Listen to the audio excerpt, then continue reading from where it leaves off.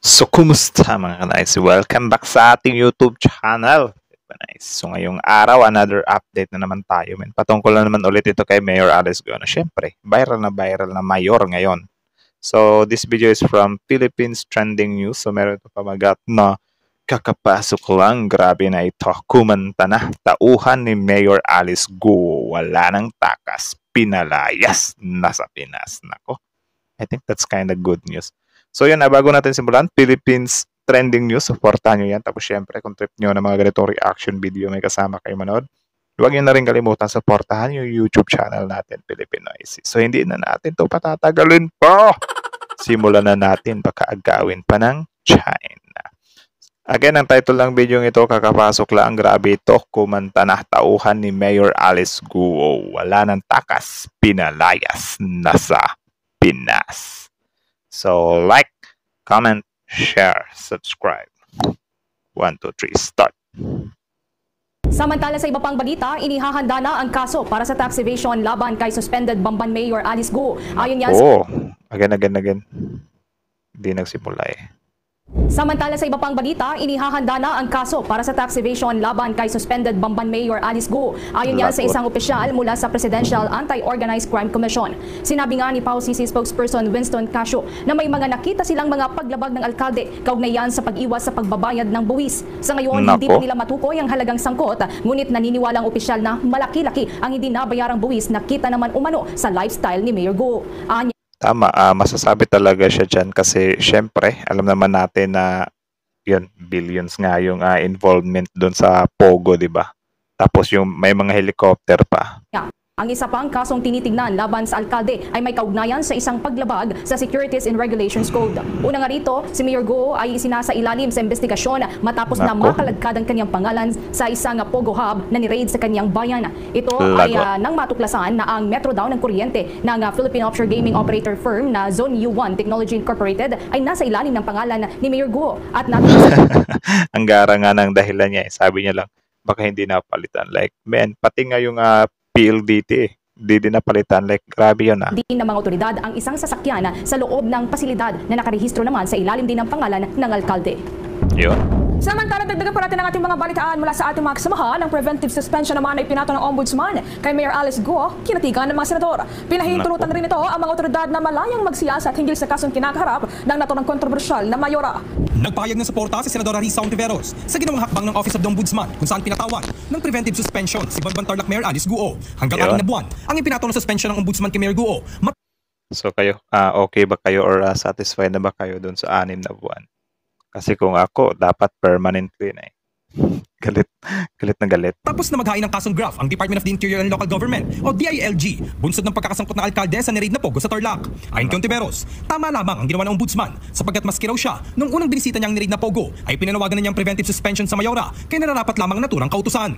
Higit pa nito, noon pa dapat napatawan ng suspension si Guo dahil minauna na silang natanggap niya impormasyon na sinubukan ng una ng alkalde na harangin ang investigasyon pagkatapos sa salakay ng mga otoridad ang Pogo Hub. Wala kanyang duda na mayroong kinalaman sa Pogo si Mayor Alice at kahit ilang actually, meron din silang some kind power. Maalala nyo yung sitwasyon din or nung scenario ng kapitan na parang tinindigan niya yung mga katutubo na wag bilhin yung lupa. Pero parang nasuspindi pa nga ata yung kapitan barangay captain. Beses para itong magsinungaling at kahit ilang beses na hindi makaalala ay nakadokumento ang koneksyon niya sa Pogo. Samantala, ikinalugod naman ni Senator Joel Villanueva ang aksyon ng Ombudsman at DILG. Gayunpaman, nanawagan si Villanueva sa iba't ibang ahensya ng gobyerno na mas paigtingin pa ang kanilang hakbang na ginagawa. Una sa lahat, we laud the efforts ng DILG and even our ombudsman. But again, we call on our government agencies to step up their game kasi to begin with, di ba, hindi na dapat mangyari ito. To begin with, even us here in Congress, we have been calling for the banning of POGOs. We have been, I sound like a broken record for the past 6-7 years na asking the government agencies to look into this. Ang NEDA nagsalita na 0.0. Wait lang, tanong ko lang, kasali ba ito si Villanueva doon sa nag-agree dati doon sa Pogo?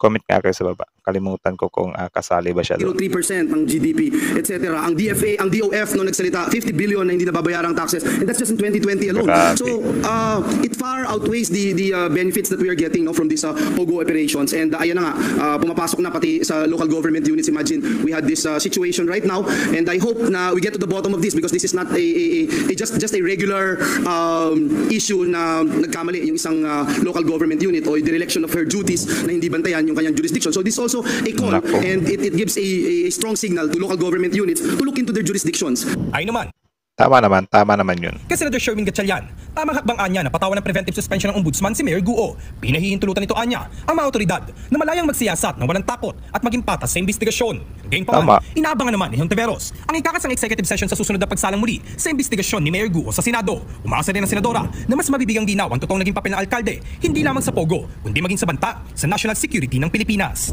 May iba pa tayong mga update mamaya tungkol dyan. Samantala, nanindigan naman si Bamban Mayor Alice Guo na inosente siya at nangakong ipagpapatuloy ang pagdepensa sa kanyang integridad at pagkatao matapos ng suspindihin ng Office of the Ombudsman. Alam niyo ang problema dito kay Mayor Alice Guo, guys. Pinagsisigawan niya na inosente siya. Pero at the same time, hindi niya naman pinapatunayan. Or kung may ano man siya, like, wala siyang mga mabibigat na rebuttals ba doon sa mga inaano sa kanya, di ba? So, paano siya ngayon paniniwalaan ng taong bayan na clean nga siya, di ba? Kung nasa harap niya na mismo yung mga pinapataw sa kanya, like for example dun sa kuryente, yung pagiging presidente niya, yung lifestyle niya na grabe, may chopper siya pero babuyan lang yung negosyo niya, di ba? Hindi kasi nag-fit kaya yun, ewan ko kung bakit or ano ba, pinapaniwala niya ba yung sarili niya na kaya niya yung malampasan without without giving evidence or without clearing that mga ibinabato sa kanya. Diba? Tamang dalawang iba pa sa loob ng 6 na buwan na laman sa malakas na ebidensya umano na nagpapakitang guilty ang mga ito. Sa isang statement, Guilty sinabi ni talaga. Mayor Guo na iginagalang nito ang legal process at tinatanggap ang desisyon ng ombudsman. Iginiti ng alkalde na nagsilbi siya sa kanyang bayan at sa kanilang mga mamamayan ng may integridad. Naniniwala din ang alkalde na may pagkakataon siya ngayon para naman linawin ang mga akusasyon laban sa kanya. Nakahanda rin daw ito na makipagtulungan sa mga otoridad para masiguro ang katotohanan, ang lilitaw at hustisya. Yan din. Nangako siya na makikipagtulungan siya sa mga otoridad. Pero the way naman siya tanungin, wala naman siyang isinasagot. Puro lang nakalimutan ko, Your Honor, whatsoever. So, paano mo masasabi ngayon na tinutulungan mo yung investigation, di ba? Pipa ng alkalde mula sa Bamban Tarlac na lubos ang kanyang kalungkutan sa mga akusasyong ibinabato laban sa kanya at idinadaing ang pagkundina sa kanya bago pa man ang marinig daw yung kanyang panig. Higit pa ng alkalde na paglabag umano ito sa kanyang karapatan bilang individual at bilang... Bakit sinabi niya na bago pa marinig yung kanyang panig? Tinatanong nga siya, di ba?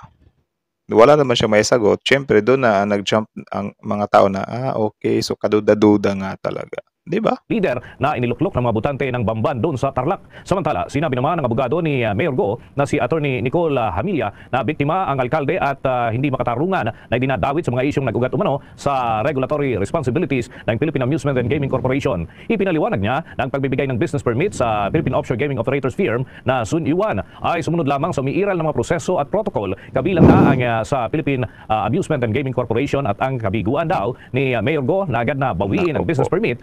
Diba? So yun lang, that's from Pinoy Trending News. So supportahan nyo yan, guys. Original video link in the description box below. Tapos syempre, before you leave, don't forget to subscribe our YouTube channel. Nice. So yun, kita nyo naman yun, diba? Walang katapusang walang katapusang tawag dyan. Kung nananawagan siya na sana'y wag muna siyang husgahan or nahusgahan siya, hindi pa man siya nakakapagsalita. Like, di ba kaya nga pinapunta siya doon sa Senado para questionin. Ngayon, of course, nagdududa talaga yung tao sa'yo kasi the way ka sumagot, wala ka may sagot sa mga basic questions lang. Di ba? Doon nga sa sa interview ni Ted Filon doon sa attorney ni Mayor Alice Guo. Parang yun din yung argument ng attorney niya. Sabi naman ni Ted Filon na, no, basic lang naman yung mga tanong sa kanya Di ba? I think impossible daw yun na teka lang, i-verify ko lang. Mga basic lang naman na question yun 'Di ba kung basic questions lang tsaka totoo naman yun, ba't mo pa i-verify? Ikaw mismo ang tinatanong eh. Yung side mo mismo yung inaano doon, 'di ba? Sabi niya doon na yung kapatid niya ba daw yung yung sila Sheila, tapos sinabi niya lang i-verify niya pa. Ano yun, nagdadalawang isip siya, gayong kasama nga niya sa mga travels, di ba? Like, hindi talaga siya nag-fit, men. Kaya yun, sa tuwing hindi niya sinasagot ng diretsahan yung mga tanong sa kanya, mas lalo tuloy nagiging nagiging tawag dyan. Nadadagdagan yung pagdududa ng tao sa kanya. Kasi tama nga naman, di ba? Basic lang yung mga tanong di pa masagot. Tapos gusto pa nila na ipalift yung suspension. Like, malabo yun, men.